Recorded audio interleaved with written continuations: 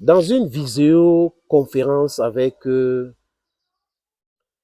pays de l'OTAN, Zelensky a dit et confirmé que l'Ukraine a des limites avec sa force terrestre. Donc les troupes au sol ukrainiennes ont des limites. C'est ce qu'a déclaré Volodymyr Zelensky lors de sa dernière sortie. Du moins, ce qui ressort lors de cette visioconférence avec les pays de l'OTAN.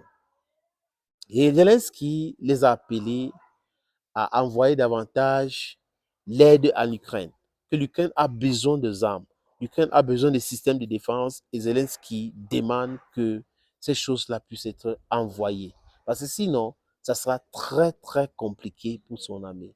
Vous savez, à chaque fois que les Otaniens veulent faire quelque chose aujourd'hui, comme ils ont dit qu'ils veulent que l'Ukraine intègre l'OTAN, on fait participer Volodymyr Zelensky. Donc, il participe à beaucoup de réunions de l'OTAN parce qu'aujourd'hui, la raison d'être de l'OTAN, c'est la guerre en Ukraine. Donc, s'il n'y avait pas la guerre en Ukraine aujourd'hui, il serait en train de vouloir recruter beaucoup de pays pour entrer dans les SKCL. Mais aujourd'hui, avec la guerre en Ukraine, c'est focus sur la guerre en Ukraine. Et ils ont les limites. Le temps a des limites. Le temps ne produit pas assez des armes. Le temps n'a pas des usines qui produisent en échelle industrielle. Par contre, en Russie et aux États-Unis, c'est tout autre chose. Et les différents rapports disent quoi, les amis? Que les Russes produisent 3 fois plus que les Américains, bref, tous les pays de l'OTAN. Voilà le rapport qui sort. Dernièrement, c'est le patron de la CIA qui disait clairement que si l'Ukraine ne reçoit pas les 61 milliards d'aide cette fin d'année, l'Ukraine va annoncer sa défaite. Que Zelensky lui-même va annoncer sa défaite au fuit l'Ukraine. I'm not the one who said it.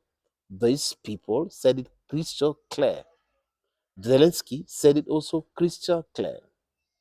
Vous savez, les Otaniens partent partout aujourd'hui pour regarder les armes. Et les Otaniens sont habitués parce qu'ils ont fait la guerre en Irak, ils ont fait la guerre en Afghanistan, ils ont fait la guerre en Libye.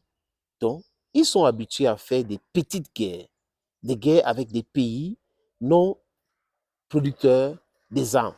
Maintenant, ils font la guerre avec une puissance productrice des armes sophistiquées, des armes tout court et qui a une armée forte.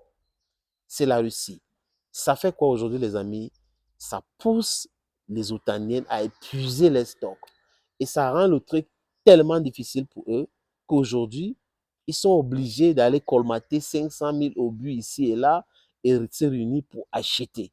Parce que d'autres ont produit, ils ne font pas la guerre avec, donc ils peuvent vendre pour continuer de produire. Maintenant, comme eux, ils ont besoin de ces obus-là pour défendre l'Ukraine, ils vont y aller pour le faire. Donc, tous les diplomates, tous les politiciens des pays de l'OTAN veulent qu'on accrue le soutien à l'Ukraine. Mais ça viendra où? Tout le monde sait que ces gens-là veulent le soutien américain. Et que si les États-Unis continuent de protéger comme ils protègent Israël, ça sera compliqué de donner les armes en Ukraine. Parce que, vous regardez cette zone-là, c'est une zone qui est vraiment turbulente. C'est une zone de turbulence, comme on dit dans les avions, les amis. Et les Américains ont besoin de concentrer des moyens là-bas pour pouvoir protéger Israël. Donc, l'Ukraine est la dindon de la face. L'Ukraine ne peut que pleurer, que plénicher. Il n'y a rien d'autre à faire. Parce que les Américains ne peuvent pas se retourner contre l'Israël pour soutenir l'Ukraine. C'est deux contextes différents et Zelensky devrait comprendre. Quand Zelensky pleure aujourd'hui, les amis, je vous l'ai dit, et je vous le dis ici tous les jours, que faites attention à toutes les déclarations des réussites de l'armée ukrainienne qui véhiculent toutes ces informations. On a détruit ceci, on a détruit cela, sans toutefois prouver. Ils prennent les images d'archives pour nous montrer. Comment comprendre que des gens qui ont de succès sur le terrain, qui font des choses agréables sur le terrain, sont en train de dire que ils sont limités sur le terrain. Donc, ça veut dire quoi? Ils acceptent en mot voilé qu'ils perdent le terrain. Si vous êtes limité sur le terrain, ça veut dire que vous êtes en incapacité de pouvoir avancer, ni de pouvoir vous défendre. C'est de ça qu'il est question. Et toutes les autres informations, on a bombardé, on a fait ceci, on a fait cela, on a fait ceci. Ça vient donc d'où, les amis? Voilà la question que moi je me pose et tout le monde se pose les mêmes questions. Donc, Zelensky vient encore, s'il y avait des gens qui en doutaient, dit clairement que l'Ukraine est en train de perdre. Nous sommes limités sur le terrain, limités en termes d'armes, en termes de munitions, en termes d'hommes. That is the information, the vital information you should go home with. This is what is happening, and we should tell you exactly what is happening. That's our goal here on this platform. Thank you, friends, for always being there. I know you watch videos on this platform.